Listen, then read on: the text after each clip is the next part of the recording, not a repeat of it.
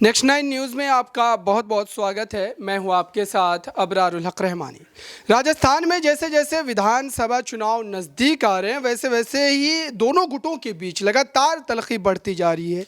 दोनों गुट की बात मैं इसलिए कर रहा हूं क्योंकि कांग्रेस पार्टी अगर सचिन पायलट और अशोक गहलोत दोनों में से किसी को भी खोती है तो फिर सत्ता में वापसी की जो उनकी उम्मीद है वो पूरी तरीके से खारिज हो जाएगी। और इस बीच बीते एक हफ्ते के भीतर अगर देखा जाए तो दोनों ही नेताओं के दरमियान जिस तरीके से बयानबाजी हुई है, अशोक गहलोत ने तो यहाँ तक कह दिया कि हमारी पार्टी में कोरोना वायरस है। दरअसल उन्होंने नाम नहीं लिया लेकिन इशारा सचिन पायलट की ही तरफ था और उसके बाद सचिन पायलट ने भी इसका अंदाज जो है इसका जवाब आप कह सकते हैं बेहतरीन तरीके से दिया। तो ये तमाम चीज़ें इस वक्त कांग्रेस पार्टी के भीतर चल रही है और भारतीय जनता पार्टी विपक्ष के नाते जिस तरीके से जन आक्रोश रैली के जरिए जनता को अपने पक्ष में बनाने की कोशिश कर रही है, लगातार हर गांव में जाकर बीजेपी के लिए लोगों को तैयार किया जा रहा है और कांग्रेस पार्टी के द्वारा किए गए उन तमाम वादों को फिर से याद करवाया जा रहा है और पूछा जा रहा है ये सवाल, क्या कांग्रेस पार्टी ने सत्ता में आने से पहले जो तमाम वादे किए थे वो क्या अभी पूरी तरीके से फुलफिल हो गए? क्या कांग्रेस पार्टी की सरकार ने उन तमाम वादों को पूरा कर दिया?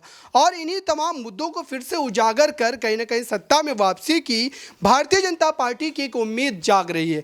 ऐसे में आपको बताऊं, राजस्थान का जो राजनीतिक समीकरण है वो सीधे तौर पर बतलाता है कि हर 5 वर्षों में सत्ता का परिवर्तन वहां पर होता है, लेकिन इस बार सचिन पायलट और अशोक गहलोत दोनों के लिए एक बड़ी चुनौती है। सचिन पायलट के लिए ये कि उनका जो क्षेत्र कहलाता है वहाँ पर वो तमाम विधायक जो उनके पक्ष के बताए जाते हैं, उनके गुट के बताए जाते हैं, क्या वो सभी जीत करके आ पाएंगे? और क्या अशोक गहलोत जो कि ओबीसी का एक बड़ा चेहरा माने जाते हैं और राजस्थान विधानसभा में अगर ओबीसी चेहरों की कुल तादाद मापे तो लगभग 50 है, और इस बार अशोक गहलोत के चेहरे पर क्या ओबीसी समाज पूरी तरीके से उनका साथ देगा, कांग्रेस पार्टी के समर्थन में वोट करेगा? दरअसल इन्हीं तमाम मुद्दों पर सहयोगियों से बात करेंगे और राजस्थान विधानसभा चुनाव से पहले इस वक्त जमीनी हालात क्या है राजस्थान के, वो सारी चीजें समझने की कोशिश करेंगे। मेरे साथ आसिफ हैं, समझते हैं कि दरअसल इस वक्त जिस तरीके से लगातार बयानबाजी हो रही है उसके बावजूद भी क्या कांग्रेस पार्टी सत्ता में वापसी कर पाएगी?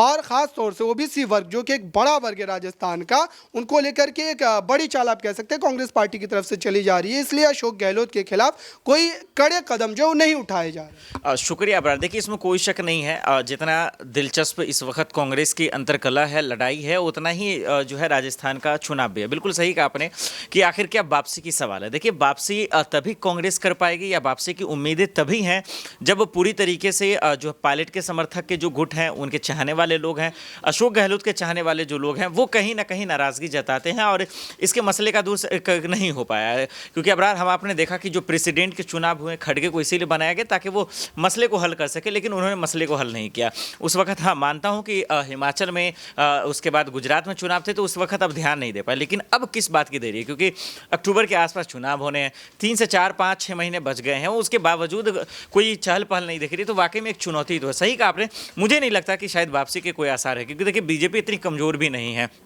और वो कहीं ना कहीं जो है वो मौके की तलाश में है और वो मौका बार बार कांग्रेस देती जा रही है। तो मुझे लग रहा है कि थोड़ा सा मुश्किल है कांग्रेस के लिए वापसी करना। एक सवाल ये रहेगा छोटा सा कि सीपी जोशी वाले फैक्टर को आप कैसे समझते हैं? क्या कांग्रेस पार्टी उनको भी जानबूझ करके कहीं ना कहीं आप कह सकते हैं बढ़ावा दे रही है? और इस समय जिस तरीके से अशोक गहलोत के साथ उनका तालमेल देखने को मिल रहा है, ऐसा लग रहा है कि ब्राह्मण वोट को जो है पूरी तरीके से कांग्रेस पार्टी अपने पक्ष में करना चाहिए। बिल्कुल, देखिए इसमें कोई शक नहीं है और यही वजह है कि अशोक गहलोत ने प्रेसिडेंट के पद को ठुकरा भी दिया था, क्योंकि बहुत सारे दिग्गज हैं जिसमें से सीपी जोशी का नाम आपने लिया ही, और बहुत सारे लोग हैं जो देखिए उनके समर्थन में अब इस्तीफा देने पर मजबूर हो गए। तो इसे देखिए, दरअसल उनकी मंशा ये नहीं थी कि वो इस्तीफा दे, उनकी मंशा ये थी कि भाई हम 30 मार खा हैं और हम जो चाहे राजस्थान में कर सकते हैं। तो ये एक अलग चुनौती थी और वह उसी दिन सोनिया गांधी का आंख भी खुला था। बिल्कुल आप सही कह रहे हैं, एक जाट वोटरों का भी वोट बैंक उनके साथ है, ब्राह्मण का तो है ही है, आप कह रहे हैं। तो मुझे लगता है कि वाकई में सीपी जोशी बहुत सारे नेता चेहरा है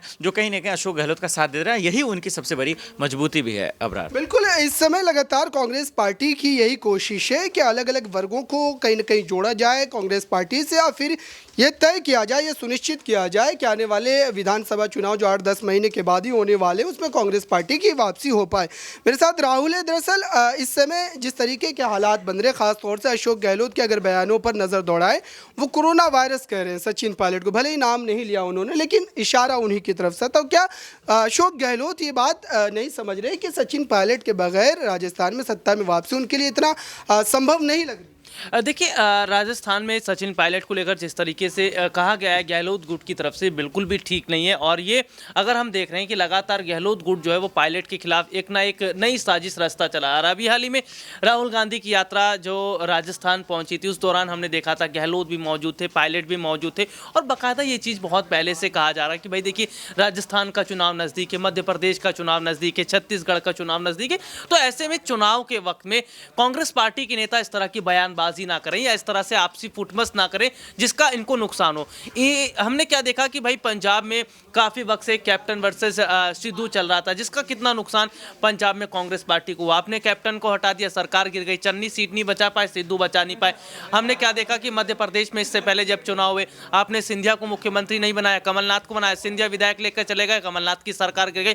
तो राजस्थान में जो चीज बनी हुई है उसको बिगाड़ने की कोशिश ना की जाए। दिग्विजय सिंह जैसे नेता सर्जिकल स्ट्राइक को लेकर बात कर रहे हैं, तो ये देखा जा रहा। राहुल गांधी ने खुद कहा ये उनके निजी विचार है, मेरा उससे कोई लेना देना नहीं, ये पार्टी का उससे लेना देना नहीं है। देखिए, कांग्रेस पार्टी अपनी छवि को बना रही है, राहुल गांधी मेहनत कर रहे हैं, और ऐसे में पार्टी के ऐसे नेता इस तरह की बयानबाजी करके पार्टी की छवि को खराब कर रहे हैं। मुझे लगता है कि पार्टी के नेताओं को अब समझने और संभल कर बोलने की एक सवाल इससे जुड़ा रहेगा कि बीते 1-2 दिन पहले की अगर बात की जाए तो सचिन पायलट समर्थक विधायक ने भारतीय जनता पार्टी के कई कामों को लेकर के सराहना की थी, और ये कहीं ना कहीं इसके संकेत ये लगाए जा रहे हैं सियासी जानकारों के मुताबिक कि कांग्रेस पार्टी में सचिन पायलट के जो समर्थक विधायक है वो बीजेपी से करीब हो रहे हैं। तो क्या ये वाकई सच है या फिर अफवाह? देखिए, अभी मैंने कुछ वक्त पहले देखा था कि जिस तरह से सचिन पायलट का रुख लगातार बीजेपी की तरफ बढ़ता चला जा रहा है, और बीजेपी को एक बड़ा चेहरा ज़रूरत भी है राजस्थान में, क्योंकि वसुंधरा राजे को आप कब तक जो है लेकर चलते रहेंगे।